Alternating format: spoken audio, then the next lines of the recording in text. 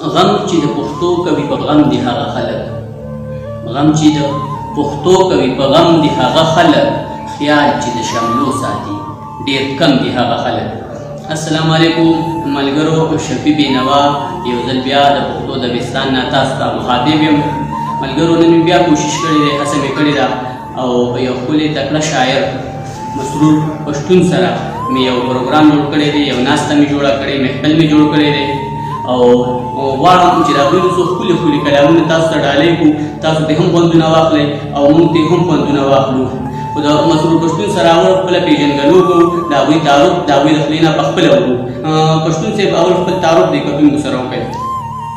مننه شفیع بینوا صاحب، ستاسو ډېره مننه کوم او هرکلی مو کوم چې تاسو زموږ خواله راغلئ او زموږ تپوس مو وکړو. ډېره مننه.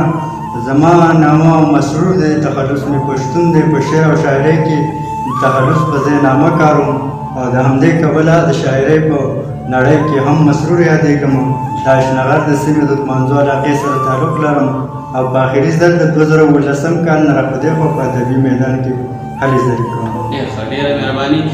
مسرور صاحب، تاسو نه به موږ څه کلامونه اورېدل غواړو چې کتونکي دې خوندونه او مزې واخلي. نو تاسو وخت ستاسو نه خرابو، د کتونکو نه خرابو، راځو شعر و شاعرۍ طرف ته او خپل څه کلام، خپل تازه کلام، څه ښکلی مزېدار کلام دې کتونکو ته ډالۍ کړئ.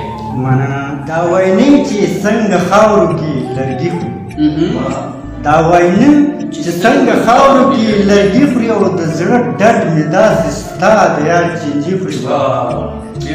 ستا غمونه څومره وږي وږي سپي دي، ستا غمونه څومره وږي سپي دي او د وجود غوښې له مانه دغه سپي خوري. هر مجنون به سودایي منصور په دار وي، هر مجنون به سودایي منصور په دار وي او مینه دغسې خودسره لیوني خوري.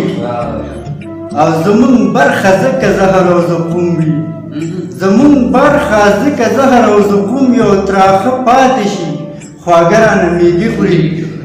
مونږ ته تور د تورو غرو توره بلا شي، مونږ ته تور د تورو غرو توره بلا شي او تور ماښام مو د دیدن مازدیګري خوري. او هر بورانه نه خوشبو د ګلو یوسي، هر بورانه نه خوشبو د ګلو یوسي او هر ګونګټ رانه د خپل قلم سپرلي خوري. مننه جي. او داسې ډېر سړي خواره لښکې را درومي، داسې ډېر سړي خواره لښکې را درومي، خو دا ستا غوندې سړي نه خوري، سړي خوري. او نوی شپون مو غم غندي ولا تکړه دی، نوی شپون مو غم غندي ولا تکړه دی او غم یې نه خوري چې دا کوم لیوه څاروي خوري.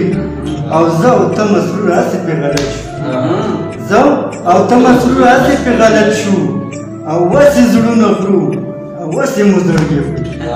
ډېر خاص زړونه او وسې مو زړګي. ډېر زبردست، ډېر ښکلی کلام، ډېره زیاته مسرور جانه مننه دې کوم.